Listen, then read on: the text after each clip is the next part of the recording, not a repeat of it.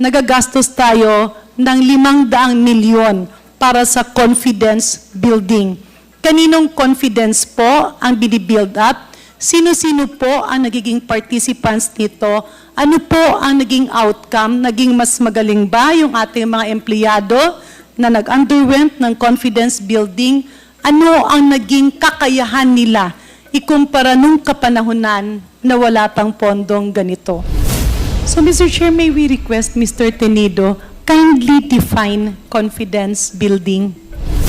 Malilito ka talaga dahil ang problema kasi, malilito ka dahil hindi naiintindihan ng mga nagpapatakbo ng Office of the Vice President the difference between regular activities and activities in relation to national security threats. Let's say if we say confidence building, whose confidence are you building? Hindi ko matuhog at maintindihan yung relationship ng purpose.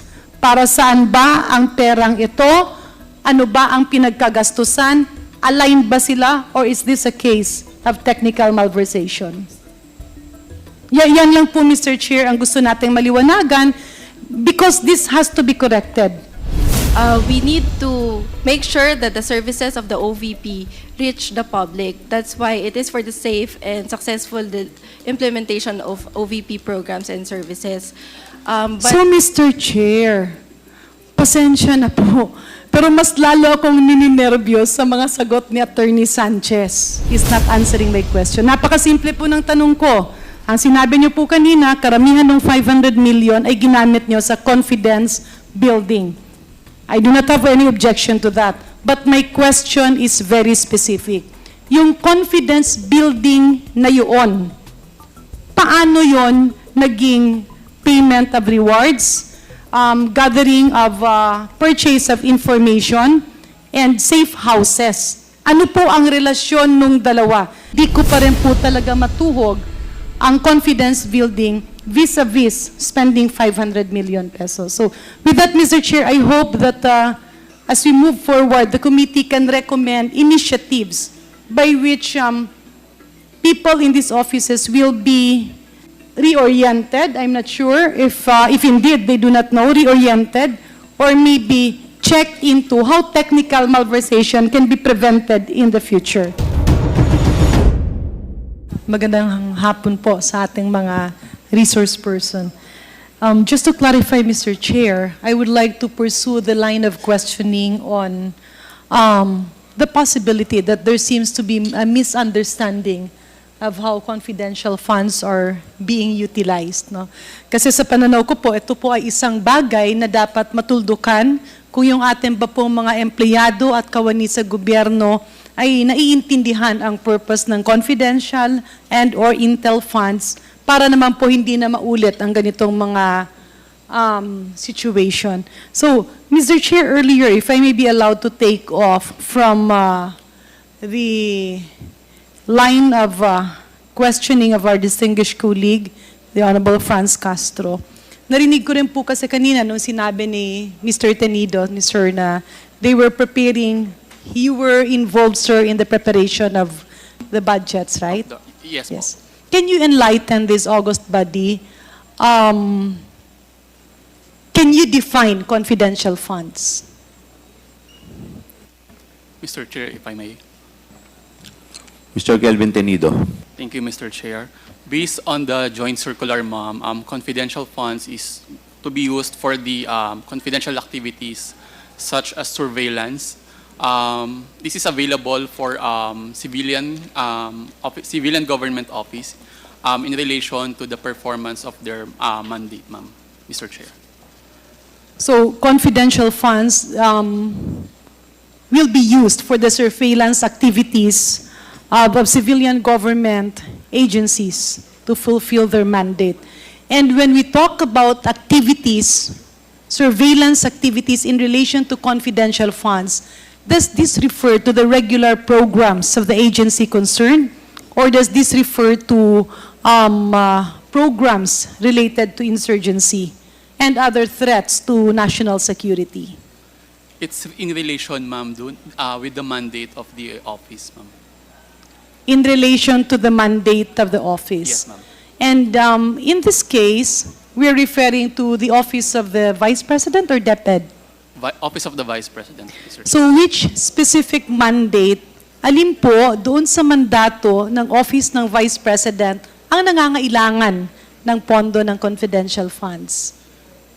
In case of OVP, it is really the operations, the general operations of the OVP, and with the. Can you Sorry. put the microphone nearer po? In case of OVP, this is for the operations of the projects and activities of the OVP.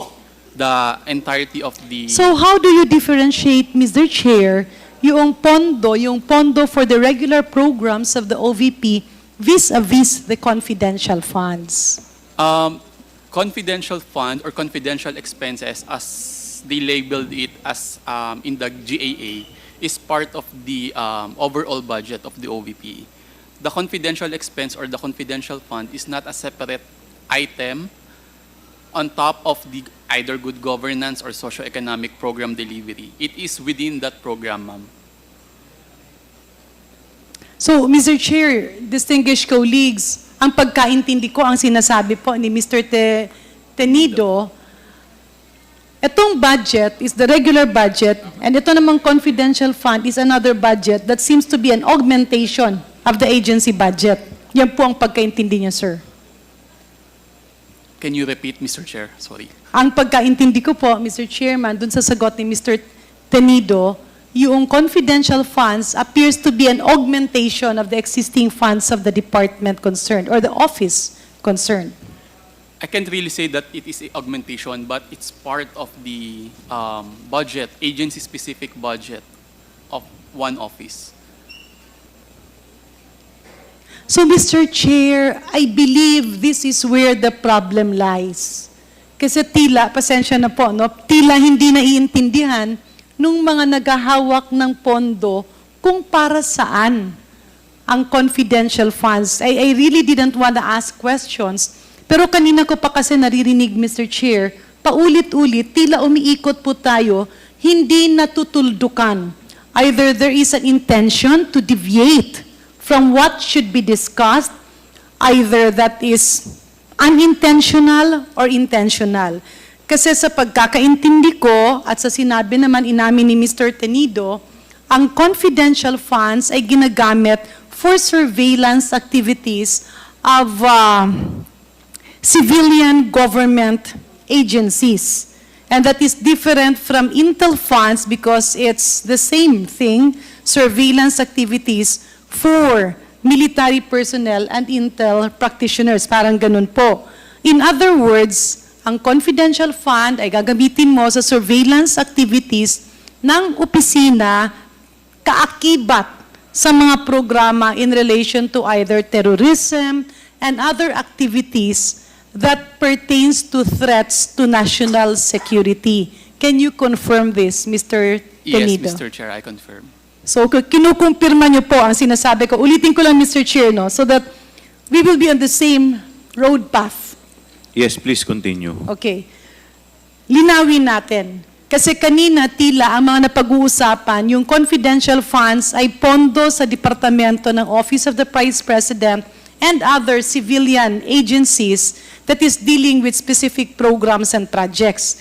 Pero tila ang nakakalimutan, this is in relation to activities that pertains to either insurgency and other threats to national security. Do you confirm that, sir?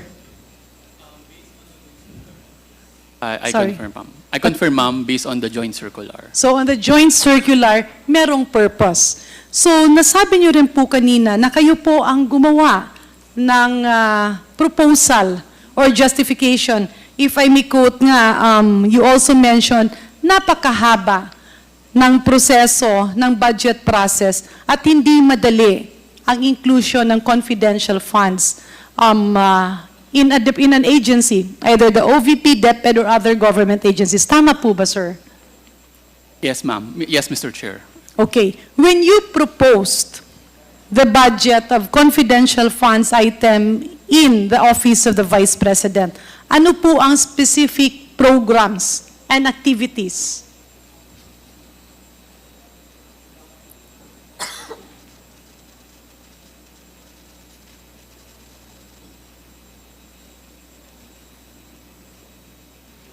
For fiscal year 2023, Mr. Chair, programs, activities, and projects, or PAPs, it's socio-economic program delivery, expected outcome, safe implementation of OVP initiatives and confidence building, and the indicators, success indicators for all the quarters of 2023. First is number of identified areas with surveillance conducted and monitored. Second, percentage of activities implemented without untoward security-related incidents. This is in reference to the Fiscal and Financial Plan for fiscal year 2023 submitted to DBM. So, Mr. Chair, dun po sa sagot nyo, sir, ano po ang specific item doon that is related to national security threat? There is no express, ma'am, statement on the Fiscal and Financial Plan, and we merely relied on how the Fiscal and Financial Plan was drafted and approved. Pakiulit po nung sagot nyo, you relied on how? On how the Fiscal and Financial Plan was prepared and approved, ma'am. Is it not that this is prepared by your office as part of the budget and No. admin office? No, ma'am, it is prepared by the Project Accountable Officer based on the template attached to the joint circular. Tapos dumadaan ito sa inyo kasi ikaw ang magpropose sa DBM. Kukunin ko na lang po siya, ma'am, once for submission Okay? to DBM, and once we receive, approve na po ito ng head of agency. So kukunin mo siya at isasubmit mo sa DBM. Tama po ba? Yes, ma'am. Pag kinuha Yes, mo Mr. siya at sinubmit sa DBM, ano po, talagang parang clerical work lang, hindi mo na nire-review? Well, I'll just check the amount if consistent with the... How about the description? The Hindi descrip- po ba parte yan ng iyong trabaho? Yes, ma'am, but the plan is already approved by the head of agency. So what is your role then? Kasi salary grade ano po kayo, sir? Yes, ma'am. Salary grade 24, ma'am. So pag salary grade 24, nasa magkano po ang Now salary po, plus allowances sa ngayon po? with the latest salary table, nasa 95 po. So, Mr. Chair, we have heard a government official receiving approximately 95,000 per month. At ang naririnig ko sa sinasabi po ni Mr. Tenido, tinatanggap niya ang papel at pinapasa sa DBM. May we remind our good resource person, pasensya na po, with position and with responsibility comes accountability. So I cannot accept the reason na tinanggap mo lang tapos pinasa mo sa DBM kasi deemed approved na siya. Because if you look at the purposes that were being mentioned, I cannot pinpoint even in the slightest idea the link between national security threat and the PAPs that was mentioned by the Honorable Tenido. Tila po, Mr. Chair, yung justification is not for confidential funds. It was mere performance of the duties of the Office of the Vice President.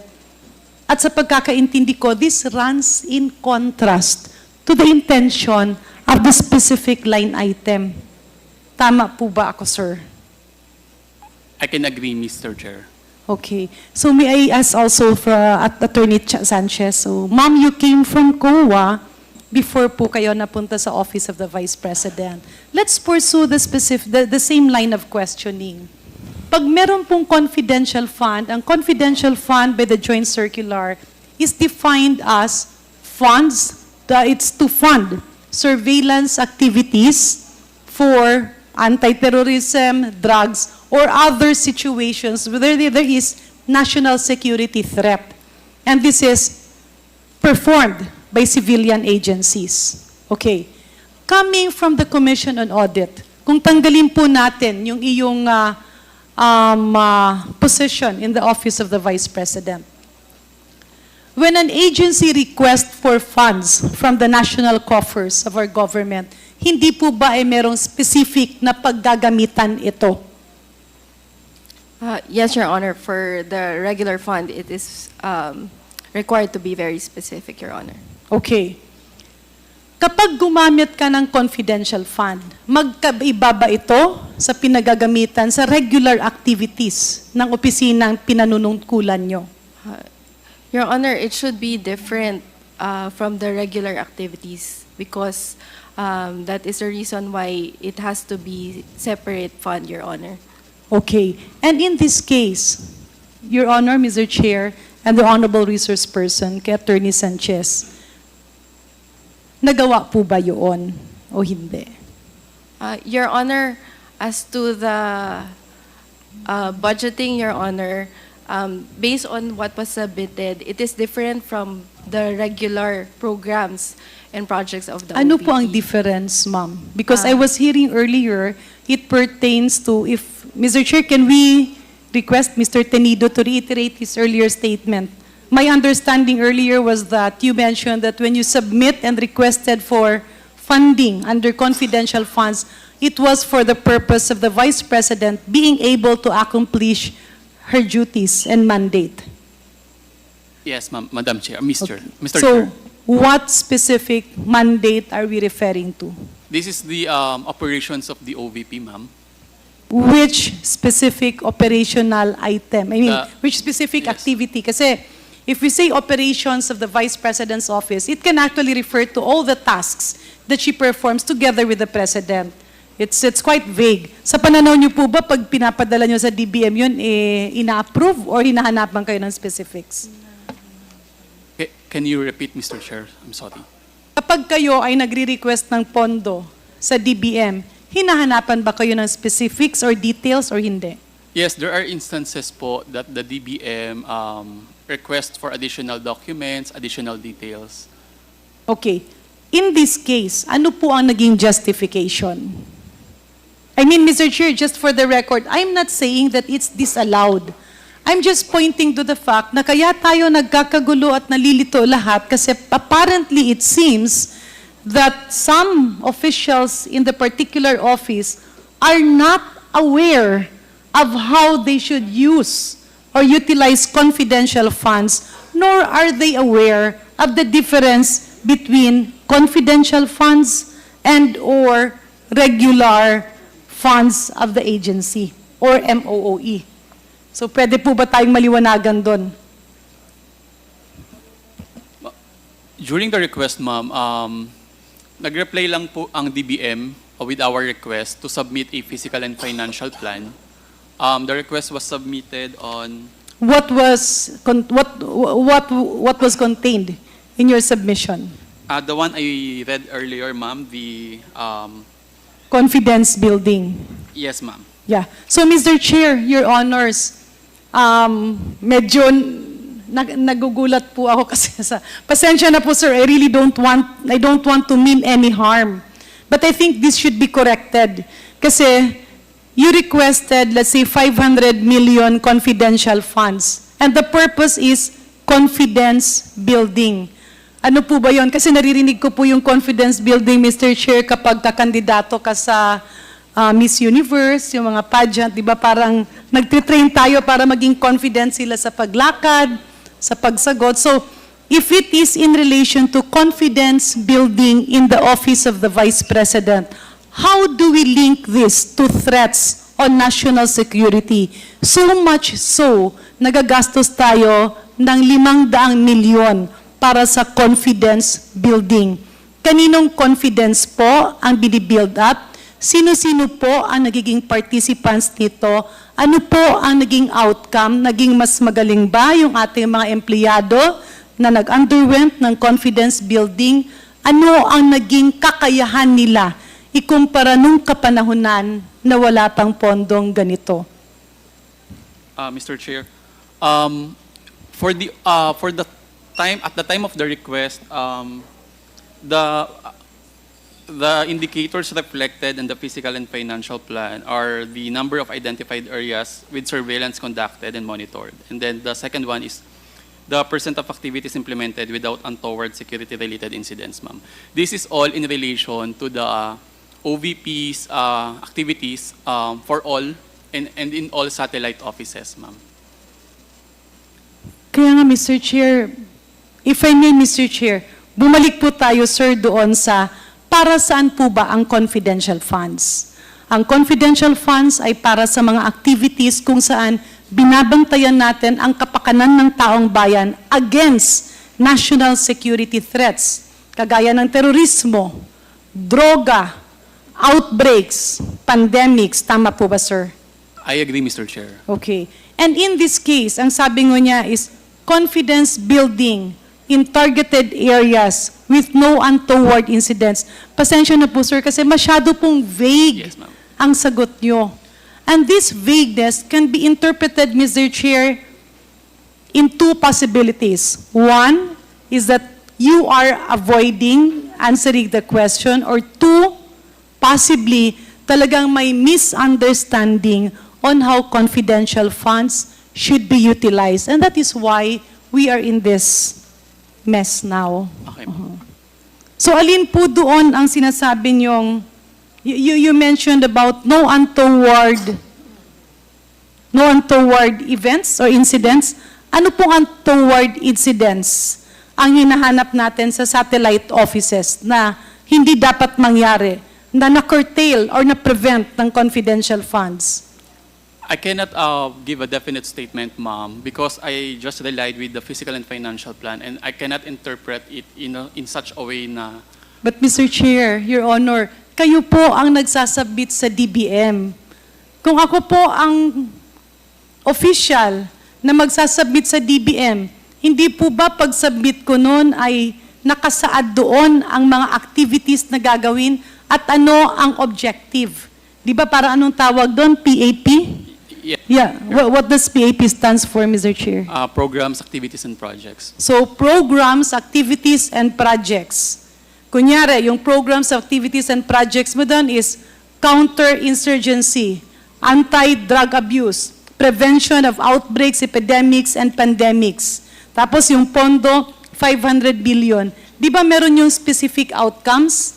So, ang specific outcomes mo, sasabihin mong, walang mga terroristic activities. Minimized yung drug use from this percentage to this percentage. Merong nagkasakit pero naagapan, hindi nagka-outbreak. Tama po ba, Mr. Chair, Your Honors? Tama, Mr. Chair. So, ang tinatanong ko, in the case of the Office of the Vice President, and again, this should be required in all other offices, Mr. Chair, in aid of legislation, alin po doon sa sinasabi nyo ang ganitong pangyayari? Because this is 500 million. Mr. Chair, yes, Mr. Chair. I cannot pinpoint which ang involve ang confidential activities, but based on the fiscal and financial plan, it is for the safe implementation of OVP initiatives and confidence building. So I would surmise that this applies to all the activities or the initiatives of the Office of the Vice President, Mr. Chair. So, Mr. Chair, may we request Mr. Tenido kindly define confidence building? In my personal, or on how it was As used. Ma'am, iano lang po ako, may singit lang ako. Bago po ninyo sagutin yan, gusto ko lang pong malaman, tinanggap po ng DBM yung justification ninyo? Yes, sir. After we submit the fiscal and financial plan, there were no additional comments or additional details that they required for us to submit. Mr. Chair, just to add on to Yes, that, please. my understanding is that if an agency submits to DBM, may mga attachments po yun. The mere fact that it refers or pertains to confidential funds, it goes with it without saying that this should be compliant with a joint circular on the utilization of confidential and intel funds. Kaya po yung mga activities na nakasaad doon, yung implementation of OVP initiatives and confidence building should be aligned with the joint circular. Ibig sabihin, yung OVP initiatives nito, kagaya niyang active surveillance ng mga sakit para walang pandemic, or active surveillance ng mga drug pushers sa mga lugar na yon, then these are the activities that we are seeing. But it just confuses me, nalilibog ako, Mr. Chair, kasi malilito ka talaga dahil, ang problema kasi, malilito ka dahil hindi naiintindihan ng mga nagpapatakbo ng Office of the Vice President the difference between regular activities and activities in relation to national security threats. Let's say if we say confidence building, whose confidence are you building? I cannot, ma'am, I cannot interpret on how it was reflected in the fiscal and financial plan because this But was you submitted this to DBM, so alam nyo supposedly, or let's say, sabihin na natin, dun sa mga activities na ginawa nyo, or on a personal note, and maybe we can also ask Attorney Sanchez because you came from COA. So if it's about handling activities in the satellite office, although, Mr. Chair, for the record, I do not have objections in the satellite office. The more government offices that we have that can cater to direct services to the people, the better. However, if we are going to use, let's say kung meron tayong social services, burial expenses, food aid, medical aid, kailangan naman talaga ng taong bayan yan. But the problem is that if we're going to use confidential funds for this, the fear of duplication is there. Kaya nga bumabalik tayo, saan ginamit yung pera? Kasi pag confidence building, Mr. Chair, kunyari, sasabihan mo ako, payat ka! Although alam ko namang mataba ako, ang feeling ko, talagang totoong payat siguro ako. But will that have an impact on national security threats? Or is it confidence na sabihin natin, trinain mo yung mga tao para pag nag-gather sila ng information, alam nila na tama yung impormasyong nakukuha nila. But it leads us to another question. How can you gather information if these activities were confined in a satellite office or a mere office, or if it was in relation to distribution of food assistance? In other words, I cannot comprehend, ni hindi ko matuhog at maintindihan yung relationship ng purpose. Para saan ba ang perang ito? Ano ba ang pinagkagastusan? Aligned ba sila? Or is this a case of technical malversation? Yan lang po, Mr. Chair, ang gusto nating maliwanagan because this has to be corrected. So may we ask, I think Attorney Sanchez was raising her hand. Yes, Mr. Chair. May I Attorney be Sanchez, recognized? you're recognized. Thank you, Mr. Chair. Your Honors, my understanding of the term confidence building as used in the fiscal and financial plan is that the office intends to build that public trust in the government. So we need to make sure that the services of the OVP reach the public. That's why it is for the safe and successful implementation of OVP programs and services. So, Mr. Chair, pasensya na po, pero mas lalo akong nininervyos sa mga sagot ni Attorney Sanchez. What you are saying is correct in terms of performing the duties of the Vice President. And this can be given even augmentation funds. But what is its relation to confidential funds that is related to national security threats?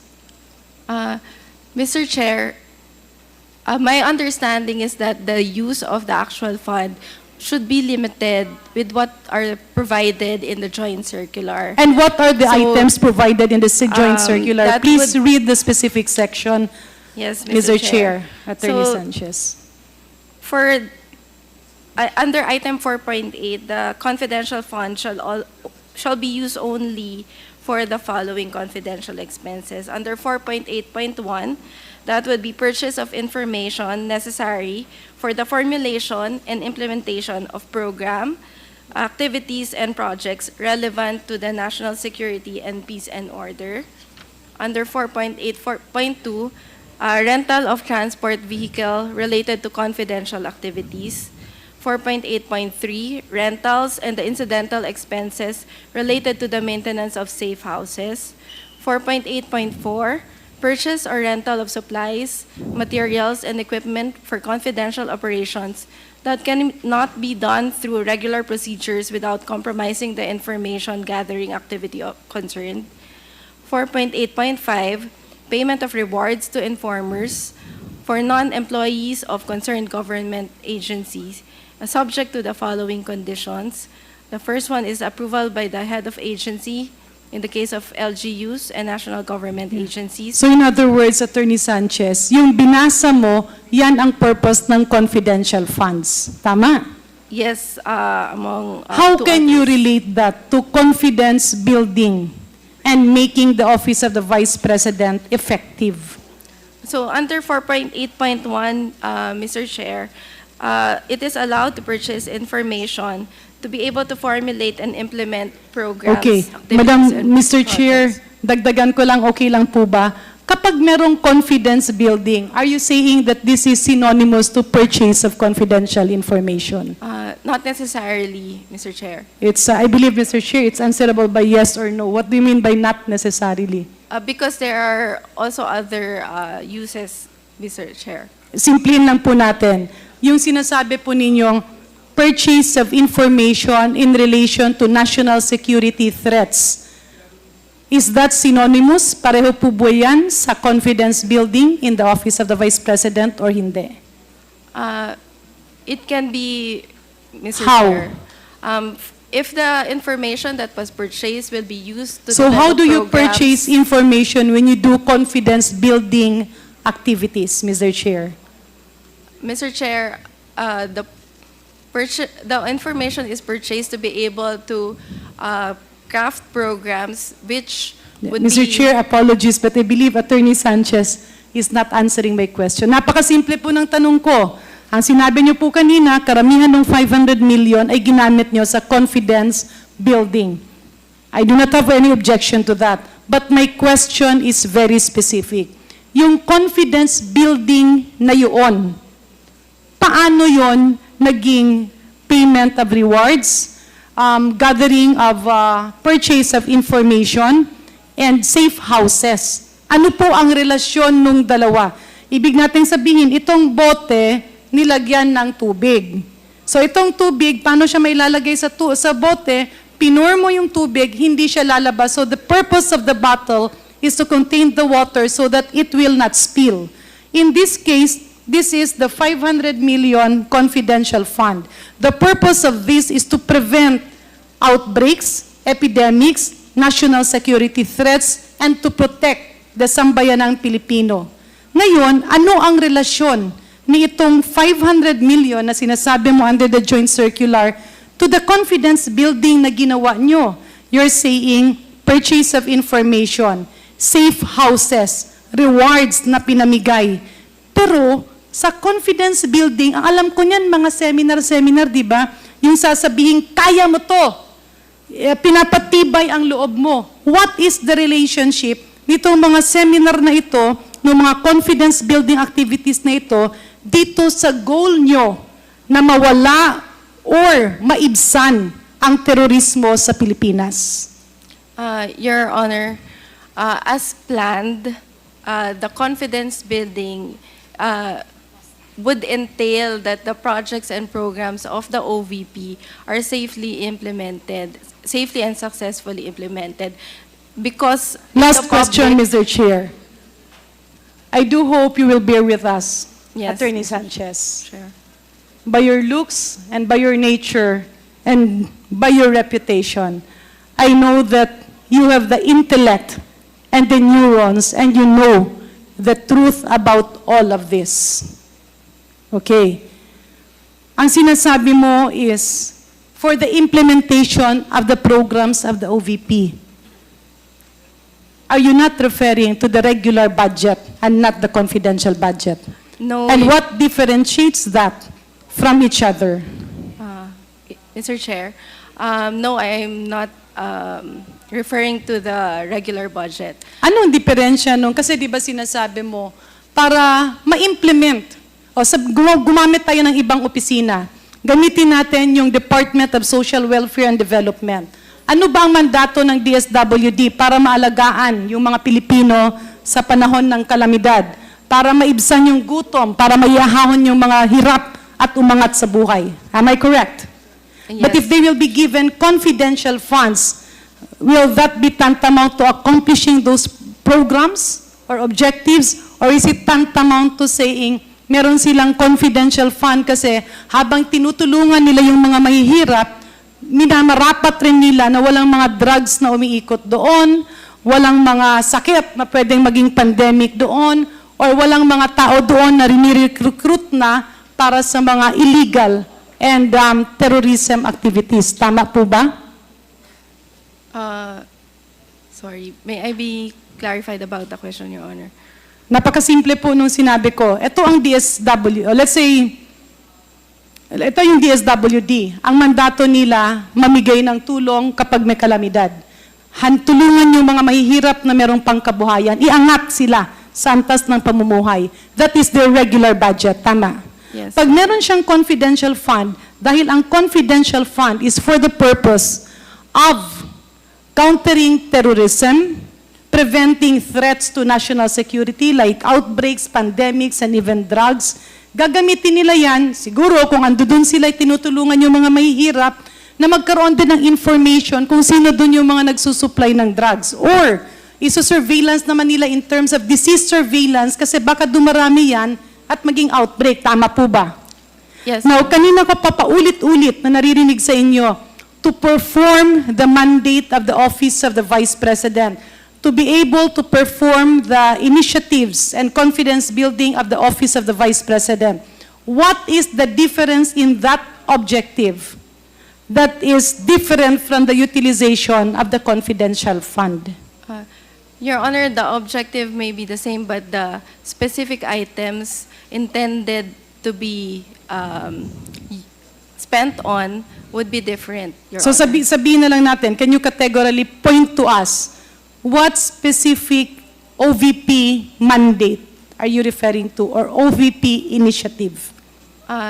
Your Honor, as planned, it would pertain to all OVP. So lahat ng programs. OVP activities is related to counterterrorism? Your Honor, that can be related, Your Honor. Please be specific. Uh, Alin doon?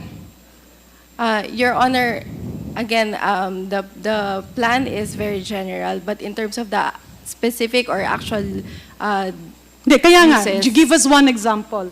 Pasensya na ha, kasi hindi ko rin talaga memorize. Can you explain, can you give us the mandate of the Office of the Vice President? The mandate, essentially, Your Honor, is to provide socioeconomic services to the people, Your Honor. So which in the actions in providing socioeconomic services can a national threat happen? Saan, kailan, at paano nagiging national threat sa taong bayan ang trabaho ng OVP? Your Honor, it can also be in the engagements of the Vice President, Your Honor. But for the specific projects, for example, Your Honor, when we conduct distributions for our projects and in some So areas... when you conduct distribution, kunyari may namatay, pag nagbigay ka ng abuloy, tinatanong mo rin yung namatay, o meron ba ditong drug pusher? Ganun po? I have no knowledge, Your Honor, on the specific or the actual use, Your Honor, but it can be, it can also be, Your Honor, part of it. So pag nagbibigay ka ng abuloy, sasabihin mo, oh, condolence po. So sino po dito sa palibot nyo ang nagsusupply ng drugs? Parang ganun po? Your Honor, with regard to the regular fund of the OVP, No, we're not talking about the regular fund. We're talking about the confidential fund. that is possible, Your Honor. Talaga namang, yeah. So, and then when you provide food aid and medical aid, so this is in the interior areas Your Honor, or in the offices. I am not aware of the actual utilization, Your Honor. And napansin ko na lang din, in all the quarterly utilization, it pertains to all the same items. Purchase of information, payment of reward. So every quarter, meron kayong binibigyan ng reward. I have no personal knowledge, Your Honor. Who can answer that in your team, among the resource persons here? I don't think there is anyone from us who can answer, Your Honor. What is the process? When you release funds, di ba before mo sundan yon it's cash advance, tama po ba? So Yes. nagbigay ka ng cash advance, before mo isunod, sisiguraduhin mong na-liquidate or natapos na yung... So can you give a reward kung wala ka namang parameters by which a reward can be given? Based So on tanungin kita, kunyari ikaw yung head ng office, meron kang reward na ipamimigay, pero wala ka namang parameters. based on the joint circular, Your Honor. No, there not should based on be- the joint circular. I'm asking you directly, as a head of a certain office. Pag magbigay ka ng reward, ibig ba sabihin noon ay meron kang parameters? Let's say example, magbibigay ka ng reward sa mga estudyante. E titingnan mo ba doon, walang absence sa school, ito yung grade na natin, tama po ba? Yes, So in Your this case, meron kayong parameters kung paano magbigay ng reward, tama po ba? I am not aware, Your Honor. But then, how can you say that you are giving out rewards every now and then? Kasi yun ang naging justification nyo. Safe houses, how do you define safe houses, Your Honors? Your Honors, based on the actual utilization, Your Honor, I cannot... On your personal knowledge as a lawyer. Your Honor, safe houses are places wherein you could house your informants or people who would need protection, Your Honor. So in this case, you had informants that you were providing housing on a regular basis. I have no personal knowledge, Your Honor. So Mr. Chair, paano po ito kung kunyari nawala bang confidential funds ng 2024 or hindi? We do not have confidential funds. So for paano 2024. itong mga nilagay nyo sa safe houses, saan sila nilipat? I have no personal knowledge, Your Honor. Unless wala kang ililipat kasi wala naman siyang laman, okay lang yon. Kunyari, may mga safe houses, nag-rent kayo ng maraming safe houses, pero walang laman. Kung nawala ang pondo, okay lang yon kasi wala namang laman, Mr. Chair. Pero kung merong laman, syempre, kailangan nyo silang ilipat, di po ba? That would be a fair assumption, Your Honor. Yeah, so Mr. Chair, pasensya na po, no, medyo humaba-haba lang because I'm really bothered by the fact that we have not ordinary employees, government officials who are supposed to be qualified, but there seems to be amnesia in recalling or defining the difference between a regular budget and confidential funds. And mas nakakabahala po, Mr. Chair, if pag-uusapan natin ang confidence building, if this is confidence building among our athletes or among our Miss Universe contestants, okay po yan. Pero hindi ko pa rin po talaga matuhog ang confidence building vis-a-vis spending 500 million pesos. So with that, Mr. Chair, I hope that as we move forward, the committee can recommend initiatives by which people in these offices will be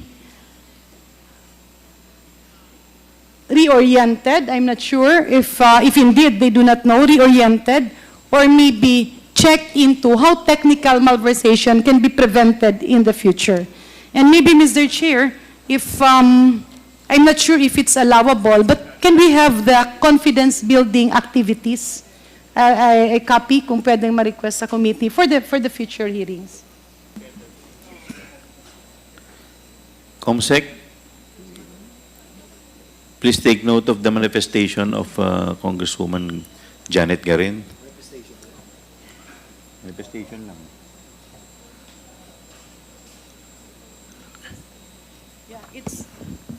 Mr. Chair, it's a request para lang po maliwanagan tayo kasi baka I'm requesting if it's possible what kind of confidence building activities led to the disbursement of the confidential funds kasi baka naman We will try to write the Office of the Vice President inquiring the meaning of confidence building. Yan po ang naging sulat papunta sa DBM which triggered allegedly as mentioned by Sir Tenido yung kanilang request for confidence building resulted to the release of confidential funds. Kaya, Maybe we can ask the DBM the programs, activities, and projects that the OVP submitted to the DBM para doon po ma-check po natin talaga kung magmamatch po talaga yung justification nila and how come it was approved by DBM. yes, Mr. Chair, I rely on your confidence also. Thank you po.